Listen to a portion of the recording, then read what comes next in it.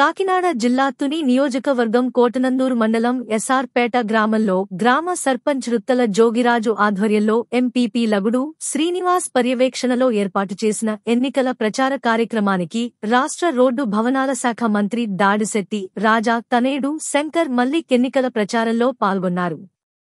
ఆయనకు రైతులు ఎడ్లబండ్లతో, మహిళలు మంగళహారతులతో స్వాగతం పలికి గజమాలతో సత్కరించారు.